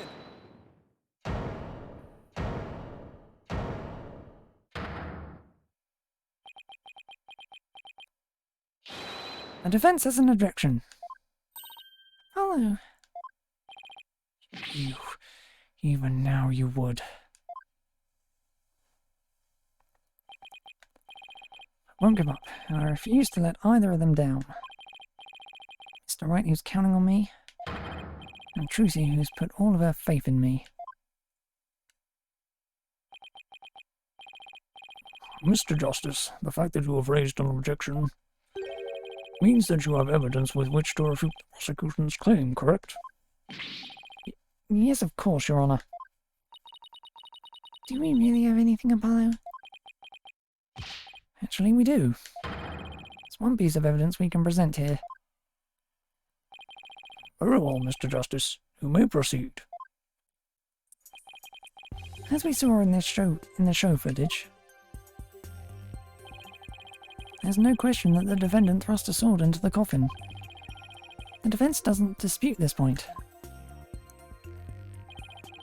But let us not forget that this was a magic show filled with tricks and illusions. We can't take everything we see at face value. So you're saying some sleight of hand was somehow involved? Yes, the defense contends that the sword the defendant used was not the cause of death. Now what was it Trucy told me she did just before she thrust the sword into the coffin? Very well. Let us see your evidence then, Mr. Justice. But remember, you interpreted my verdict to make this claim. You interrupted my verdict to make this claim. You will be severely penalized if I find you are bluffing. That's fine, Your Honor. This shows that it's possible that the sword Miss Wright used was not the cause of death.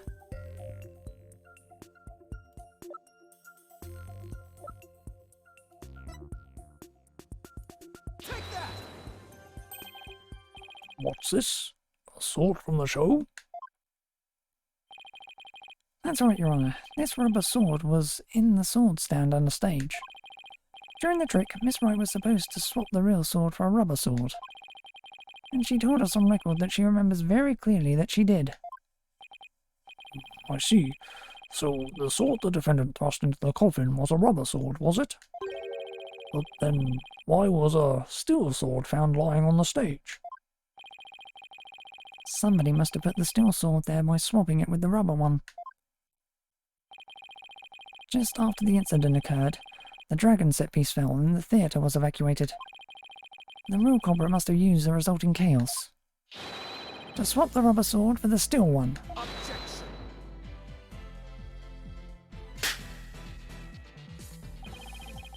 Do you not know when to give up, Stinkbug? That is not possible. Blood was found in the coffin hole that the sword was thrust into. It must have been left there when the accused withdrew the sword. That is incontrovertible proof that the sword she used was the steel one. Objection! But that blood could be the result of someone tampering with the crime scene after the fact. After the set piece fell and the audience was cleared out of the theatre, there was plenty of time for somebody to plant that blood there. Objection! If the sword the accused used was a rubber one, then when exactly do you propose the victim was killed? Given that Mr. Roos was alive when he entered the coffin. Objection! Finding the answer to that question is precisely what we need to why we need to continue this trial.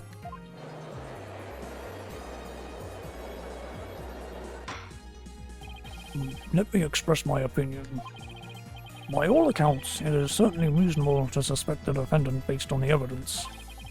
But as to the question of whether the sword the defendant used was rubber or steel, I believe further discussion is warranted. I suggest we hear from the defendant herself. Very well, Your Honor. Yes, I saved it. Somehow. Too close for comfort, but still.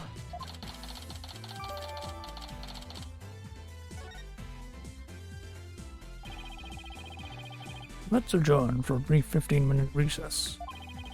I advise the prosecution and the defense to use this time to prepare.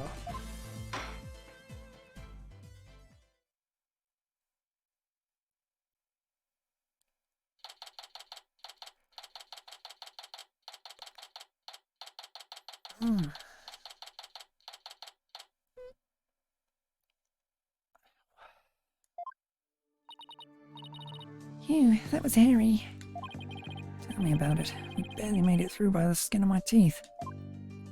I can't say I'm crazy about that prosecutor Shamadi either. You know, with the way he says, let it go and move on as if it's nothing. Let it go and move on, huh? Well boy, am I interrupting a secret conclave of villains or something? You got your next evil scheme in the works already? What do you want? Keep making that face, champ, and everybody's gonna change the channel. Look this way, Trucy. Now smile for the camera. Let's see those pearly whites. Isn't that what the grammar creed tells you to do?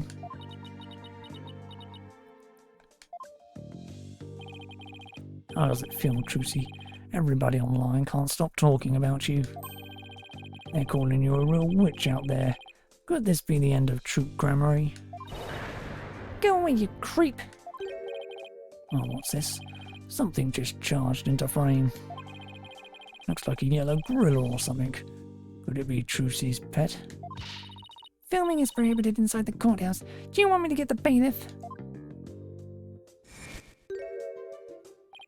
Huh? Filming? What are you talking about? I don't even have a camera on me. Huh? What happened to the camera?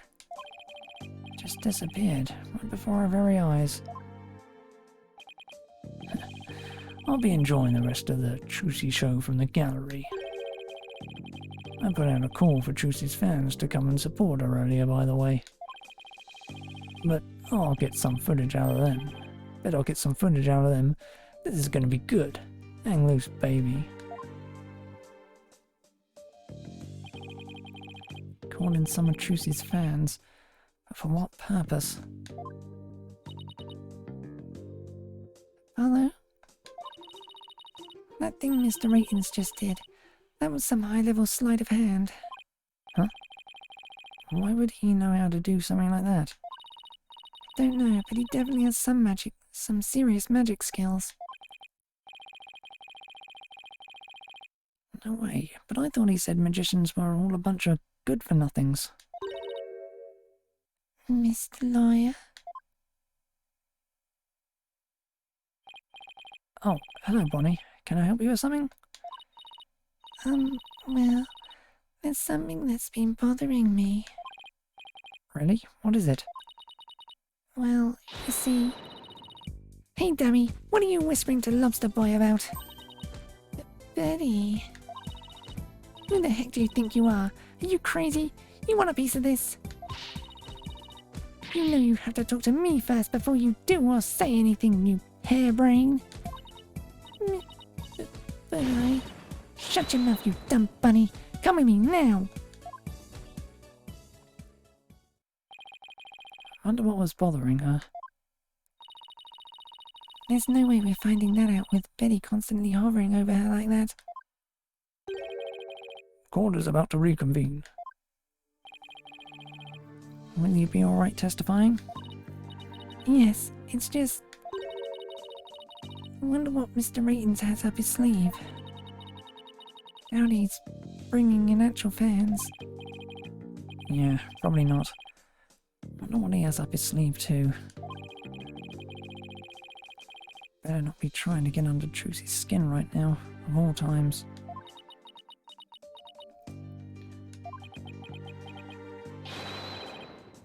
You're Trucy Wright, and you'll be fine. Oh. There goes Apollo with his best trick. That's right, whenever I'm feeling down, I always tell myself I'm fine. Alright, I'll give it a try. I'm Trucy Wright, and I'm fine. Thanks, Polly. I think I can do this now. Nana girl. Good luck out there on the stand. You'll do great. Thanks. I'll be fine. I can do this. Right, Justice, you can do this too. Time to focus on the rest of the trial.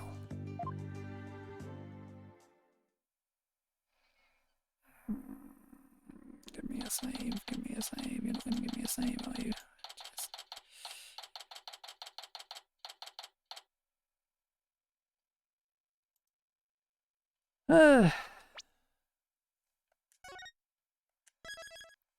Oh, the trials in this game just go too long. Oy. Right. In case you can't tell, my voice is going up and down like a goddamn yo-yo. And I can't keep this up. So, the rest of the trial will have to wait until tomorrow. For now, though, Bye.